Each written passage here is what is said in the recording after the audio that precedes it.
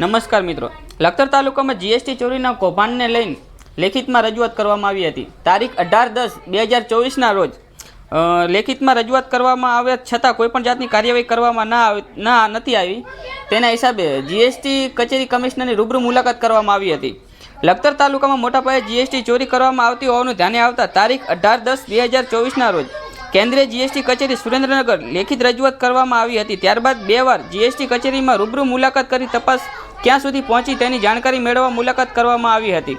ત્યારે કચેરીમાંથી આપની રજૂઆત પગલે જ ઉપર જાણ કરી પરમિશન માંગવામાં આવી છે. તેના જવાબના આપવામાં આવતા અરજદાર દ્વારા આજે જીએસટી આસિસ્ટન્ટ કમિશનર વિજય એન ખેમાણી રૂબરૂ મુલાકાત કરવામાં આવી હતી. આથી તુરંત આસી કમિશનર દ્વારા અન્ય અધિકારીને બોલાવી તેમની પાસેથી જરૂરી કાગળો મંગાવી ભાવનગર હેડ ઓફિસમાં વોટ્સઅપ કરી જાણકારી આપી હતી. ત્યારે અરજદારના જણાવ્યા મુજબ કોઈપણ જીએસટી ધારક જીએસટી નંબર સાથેનું બિલ આપે ત્યારે તેની ફોર્મ બી ભરવાનું હોય છે અને જે તે ગ્રામ પંચાયત તલાટી દ્વારા સી ફોર્મ ભરવાનું હોય છે. ત્યારે 2020થી સુમોટો અંતર્ગત સસ્પેન્ડ થઈ ગયેલ જીએસટી નંબર સાથેના બિલ રજૂ કરવામાં આવી રહ્યા છે. ત્યારે ગ્રામ પંચાયત દ્વારા સી ફોર્મ ભર્યા છે કે સાથે દર વર્ષે જે તે તાલુકામાં જિલ્લા પંચાયત સરકારી ઓડિટ વિભાગ દ્વારા નાણાકીય વર્ષનું ઓડિટ કરવામાં આવે છે. ત્યારે તેમના દ્વારા સી ફોર્મ ચેક કરાય કે તે પણ તપાસનો વિષય છે.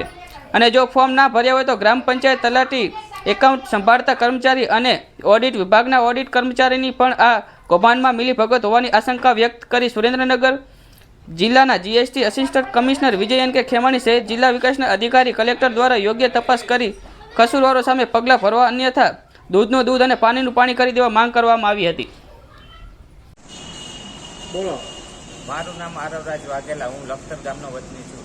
લખતર ગ્રામ પંચાયતમાંથી એક બિલ મળી આવેલ છે, જેમાં લખતર ગ્રામ પંચાયતમાં જે બિલ ચૂકવવામાં આવે છે કામના, તેનો જીએસટી નંબર બંધ હોવા તેવું આશંકા હોવાથી અમે સેન્ટ્રલ જીએસટીમાં 3 મહિના પહેલાં અરજી કરેલ હતી, જેનું આજે VN Khemani commissioner sir, deputy commissioner sir જોડેથી હકારાત્મક જવાબ મળેલ છે, જે ભવિષ્યમાં પરમિશન લઈ આગળની તપાસ કરશે.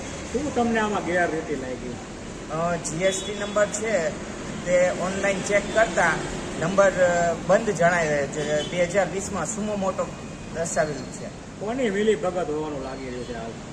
અમને તો મિલીભગતમાં તો પંચાયત લાગે છે, કારણ કે પંચાયતમાં જો જે બંધ જીએસટી નંબર આપવામાં આવે તો પંચાયત દ્વારા ચેક કરવામાં આવેલ નથી, તો ચેક કર્યો છે તો બિલ કેવી રીતે પેમેન્ટ કરવામાં આવેલ છે? મોટું કૌભાંડ હોઈ શકે છે, આમાં શું કહેશો? અમને એવું લાગી રહ્યું છે આમાં લાખોથી કરોડો રૂપિયાનું નાગરિકના પૈસાનો વ્યર્થ થઈ રહ્યો છે. શું તમારી માંગ શું છે? અમારી માંગ છે જીએસટી નંબર છે ખોટું કરવામાં આવ્યું છે તેની કાયદાકીય પગલાં લેવામાં આવે, અને જે નાગરિક આમ જનતાના પૈસાથી જે ટેક્સ ભરી સરકારને જમા કરાવે છે, એ જમા કરાવેલા પછી જે રોડ રસ્તાને બધું કરે છે, તો આવા કૌભાંડી વ્યક્તિઓ સામે કાયદેસરના પગલાં લેવામાં આવે, અને જે રોડ રસ્તા છે અને તે નાણાંનો સદુપયોગ થાય.